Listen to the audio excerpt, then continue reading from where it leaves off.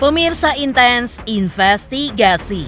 Hasil visum tambahan Loli kemarin digelar di Rumah Sakit Cipto Mangunkusumo, Jakarta. Hal ini pun membuat hati sang ibunda Nikita Mirzani pun hancur. Hal tersebut membuat tekad Nikita untuk memenjarakan Fadel Bajideh semakin kuat. Seperti yang ia ungkapkan sebelumnya, Nikita pun juga berharap agar Fadel bersikap gentleman untuk menghadapi panggilan penyidik dan menjalani pemeriksaan sebagai terlapor dan tidak mengulur waktu. Untuk memperkuat bukti dari pihak Nikita, penyidik pun akan memeriksa 2 saksi tambahan pada hari Kamis 3 Oktober mendatang, yaitu pemilik serta pengelola 2 apartemen yang selama ini ditempati Loli. Lantas, seperti apa peringatan keras dari pihak Nikita Mirzani untuk Fadel jika tidak mendepati janjinya untuk hadir pada hari Jumat 4 Oktober mendatang? Seperti apa pula hasil visum tambahan yang membuat hati Nikita pun hancur lebur?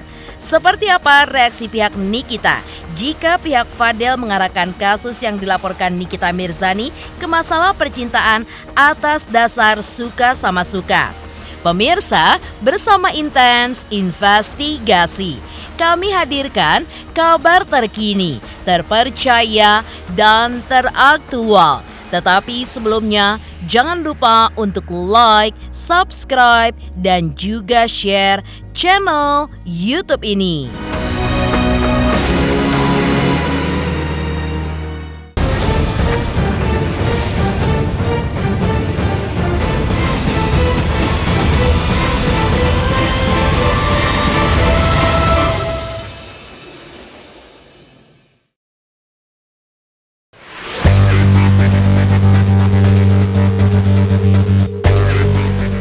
Proses penyelidikan atas kasus kejahatan terhadap anak di bawah umur yang dilaporkan Nikita Mirzani dengan korban putrinya terus bergulir di Polres Metro Jakarta Selatan. Seperti diungkapkan oleh pihak Humas Polres Metro Jakarta Selatan sebelumnya, bahwa putri Nikita Mirzani, yaitu Laura Mezani Mawardi, akan menjalani proses visum tambahan. Hal itu pun sudah dijalani Loli kemarin. Ya, Loli telah menjalani proses visum tambahan yang dilakukan di RSCM Jakarta pada hari Senin 30 September 2024. Hal tersebut juga dibenarkan oleh kuasa hukum Nikita Mirzani, yaitu Fahmi Bahmid, yang turut mendampingi Loli saat menjalani proses visum tersebut. Fahmi pun mengungkapkan bahwa saat menjalani proses visum tambahan tersebut, Loli pun tidak terlihat melawan seperti yang terjadi pada visum sebelumnya dan mengikuti arahan yang diminta oleh petugas medis rumah sakit. Diungkap pula oleh Fahmi bahwa ketika hasil visum tambahan kemarin diketahui Nikita Mirzani, hati Nikita sebagai ibu pun hancur lebur. Ada sebuah proses dilakukan visum et repertum pada pagi tadi adalah dalam rangka untuk mencari kebenaran atas proses yang selama ini. Jadi seperti itu. Didampingi saya selaku kuasa hukum Niki, didampingi pamannya yang bernama Edwin. Nah, dan beberapa orang yang tidak boleh saya sebutkan.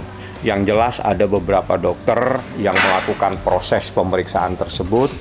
Juga ada beberapa tim yang mempunyai tugas keahlian masing-masing. Yang jelas dia santai aja, dia santai, dia ikutin prosesnya dan dia juga tidak ada sesuatu yang dia melawan dan sebagainya, sehingga proses tadi adalah proses visum yang sangat maksimal dan hasilnya luar biasa. Anda tunggu bom meledak habis ini. Hasil visum terhadap Loli, baik hasil visum perdana maupun hasil visum tambahan, secara garis besar diakui oleh Fahmi, sudah diketahui dirinya dan juga Nikita Mirzani. Namun, untuk detailnya dari hasil visum Loli, Fahmi pun meminta untuk menanyakan langsung kepada penyidik yang punya kewenangan untuk menyampaikan hasil visum kepada publik. Fahmi pun juga menegaskan jika hasil visum tambahan atas Loli kemarin membuat hati Nikita Mirzani pun hancur. Sehingga Nikita pun semakin geram dan bertekad untuk menjebloskan Fadel ke dalam penjara seperti yang pernah diungkapkannya baru-baru ini. Kan yang jelas saya bisa menjawab, karena saya sebetulnya tahu semua termasuk isinya. Tapi saya ada batasan-batasan, mohon maaf. Saya tidak bisa. Yang jelas apa yang terjadi sebelumnya adalah proses tersendiri dan ini adalah proses tersendiri. Dengan hasil yang sendiri-sendiri, tapi itu adalah bukti yang sangat luar biasa. Itu saja yang saya sampaikan. Proses hasil visum silakan ditanyakan ke penyidik. Ya. Saya hanya dalam kapasitas sebagai kuasa hukum Nikita Mirzani datang melihat anaknya dilakukan visum. Dia ada nanti, tanyakan langsung. Anda bisa melihat reaksi dia dari sorot matanya, dari kalimat-kalimatnya. Anda bisa paham bagaimana geramnya seorang ibu begitu mengetahui bagaimana keadaan anak yang sangat dicintainya.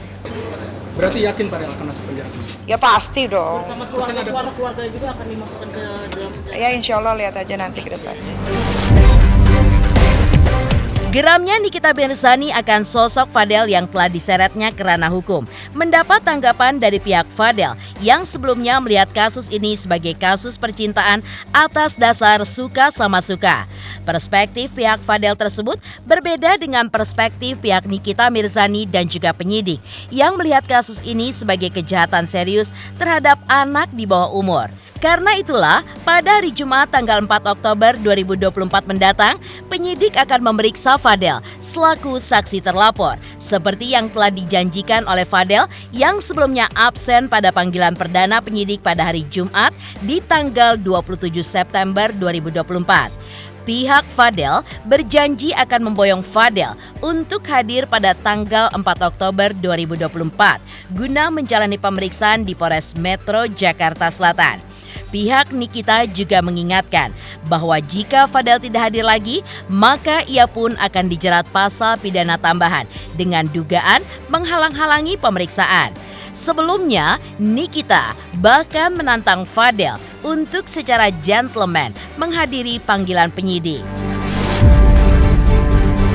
Ini kejahatan, titik. Tidak ada persoalan lain dalam perkara ini selain adanya sebuah kejahatan terhadap anak di bawah umur.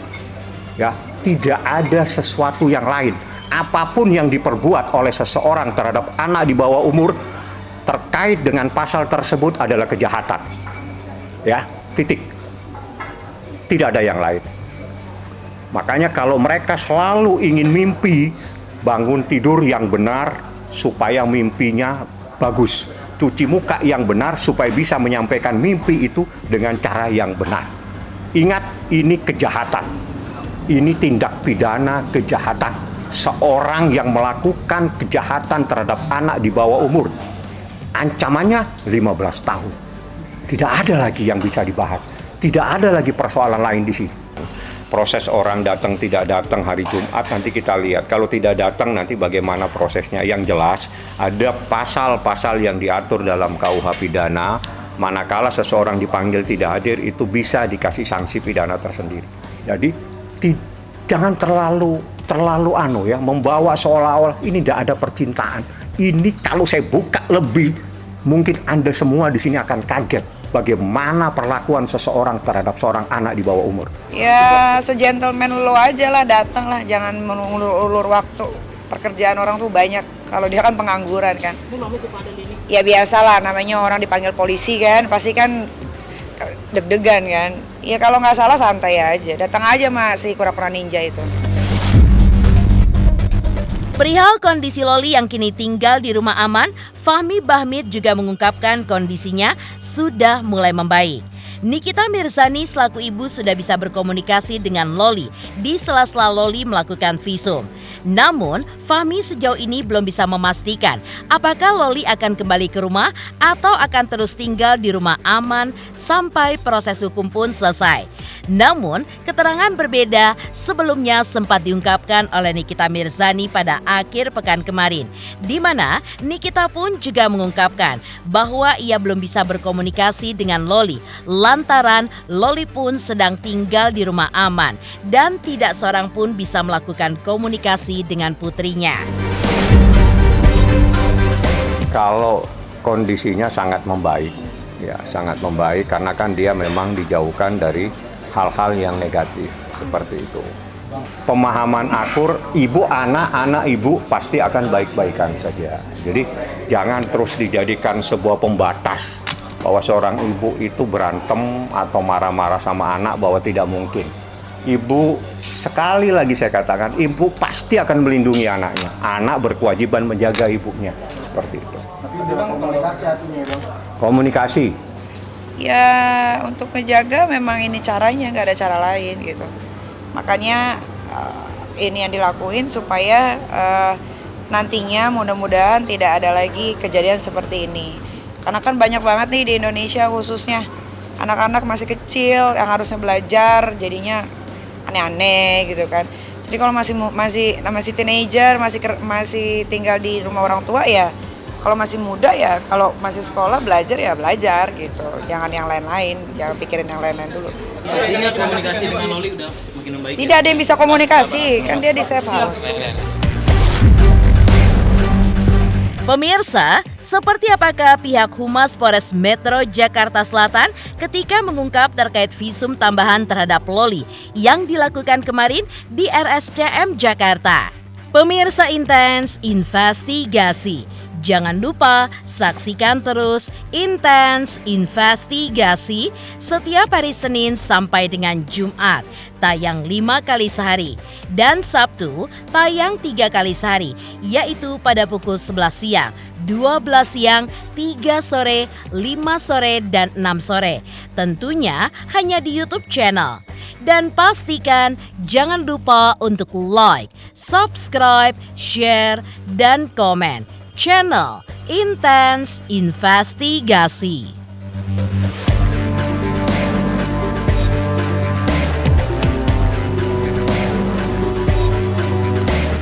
Selamat untuk Intens Investigasi karena sudah mencapai 3 juta subscribers di YouTube. Sukses selalu and all the best.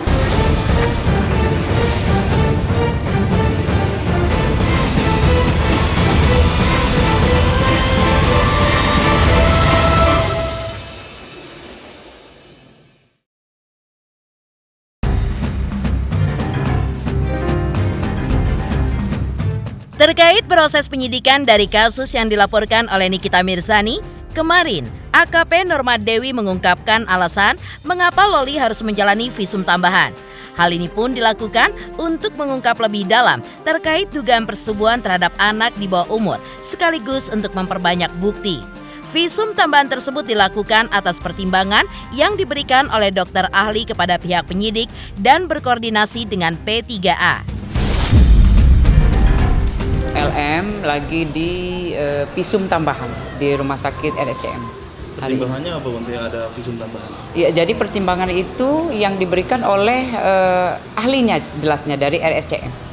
Jadi koordinasi dengan penyidik, kemudian dari penyidik koordinasi dengan rumah aman, lanjut dari P3A mengantar ke rumah sakit RSCM untuk visum tambahan hari ini. Untuk hari ini kondisi seperti biasa, ya memang sehat. Kemudian dilakukan visum tambahan didampingi oleh kuasa hukum, penyidik PPA Polres Jakarta Selatan, kemudian dari P3A. Psikologisnya sendiri saat ini apakah sudah membaik atau seperti apa? Mulai membaik ya. Apakah sudah bisa diajak berkomunikasi dengan ibunya sendiri? Kalau itu sekarang masih visum. Tak hanya itu, pihak Humas Polres Metro Jakarta Selatan juga membenarkan bahwa pada hari Kamis mendatang 3 Oktober 2024, pihak penyidik akan melakukan pemeriksaan terhadap 2 saksi baru, yakni pengelola dan juga pemilik apartemen dari 2 apartemen yang pernah ditempati Loli. Karena 2 orang saksi tersebut sangat penting dalam membongkar kasus yang dilaporkan Nikita Mirzani, dan nantinya proses pemeriksaan keduanya pada hari Kamis mendatang akan didampingi oleh kuasa hukum Nikita Mirzani. Pihak penyidik mengaku sudah melayangkan surat panggilan terhadap kedua saksi tersebut untuk hadir pada hari Kamis tersebut. Ya, jadi dari penyidik Polres Jakarta Selatan dari PPA sudah melayangkan surat untuk hari Kamis meminta keterangan untuk 2 orang saksi lagi ya dari pengelola dari 2 apartemen. Pengelola apartemen. Ya, betul.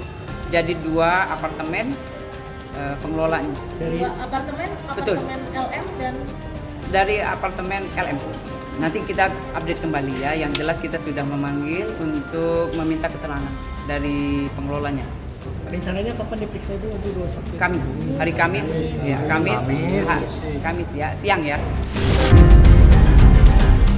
Dari pernyataan Humas Polres Metro Jakarta Selatan terkait alasan diadakan visum tambahan terhadap Loli. Di sisi lain, seperti apakah dukungan yang diberikan oleh Arie Untung dan Fenita Arie untuk perkara yang dihadapi oleh Nikita Mirzani?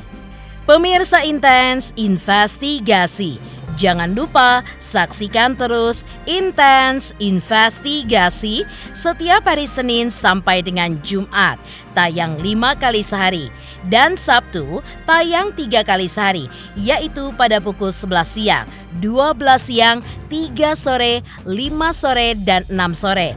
Tentunya hanya di YouTube channel. Dan pastikan jangan lupa untuk like, subscribe, share, dan komen channel Intens Investigasi.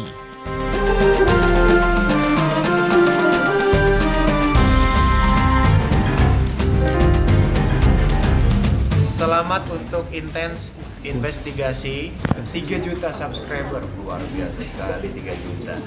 Ya pokoknya semakin sukses lah dan bisa menghadirkan sesuatu yang memang baik untuk diperlihatkan. Oke.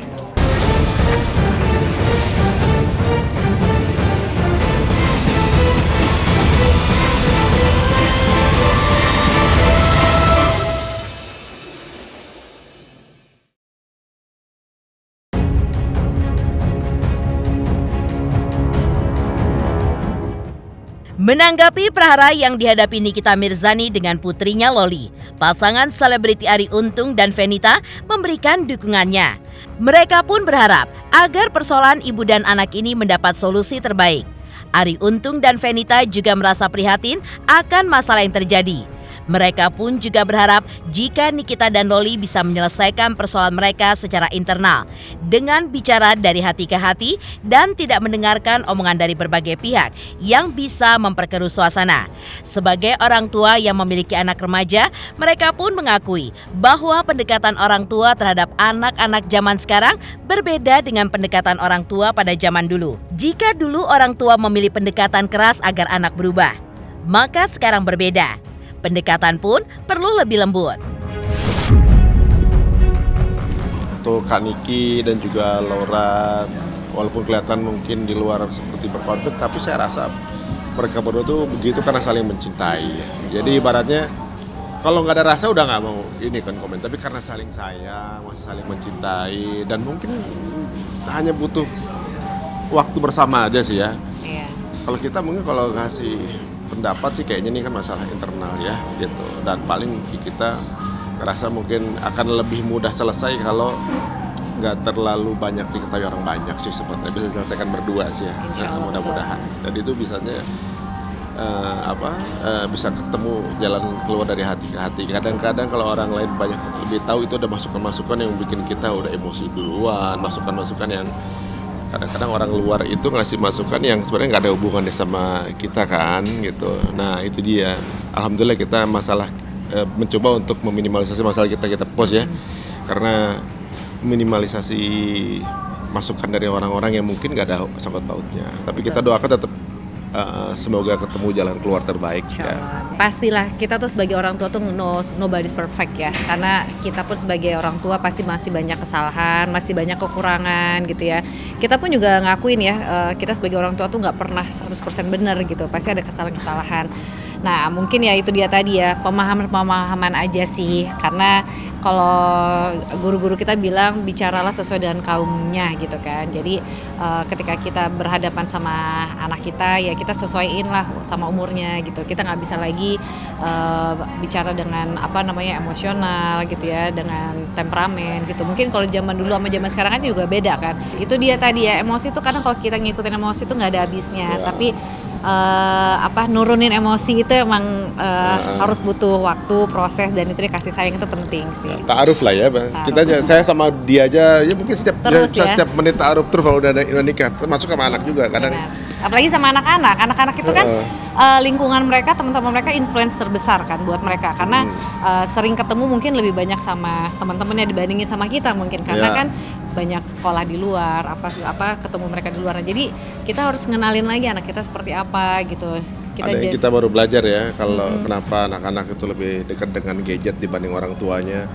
Karena di gadget itu ngajakinnya fun terus gitu. Gadget itu nggak pernah judgement. Gadget itu responsif, disentuh langsung respon. Nah, kadang-kadang kita jadi orang tua diajak ngomong susah, sibuk sama handphonenya. Kadang-kadang kita apa nasihatin mulu, gadget mulu, nggak bikin dia happy ya, enjoy gitu ya. Kita lagi belajar untuk jadi gadget. Jadi ibaratnya masa kita kalah sama gadget. Jadi tempat mereka untuk keluh kesah dan lain-lain. Kita mencoba untuk sesebel-sebelnya kita nih sama anak-anak kita.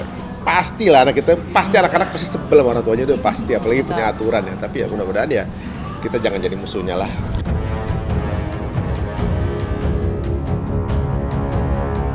Demikian pemirsa, kabar terkini, terpercaya, dan teraktual yang kami hadirkan hari ini. Saksikan terus Intens Investigasi setiap hari Senin sampai dengan Jumat, tayang 5 kali sehari dan Sabtu tayang 3 kali sehari, yaitu pada pukul 11 siang, 12 siang, 3 sore, dan 6 sore. Tentunya hanya di YouTube channel.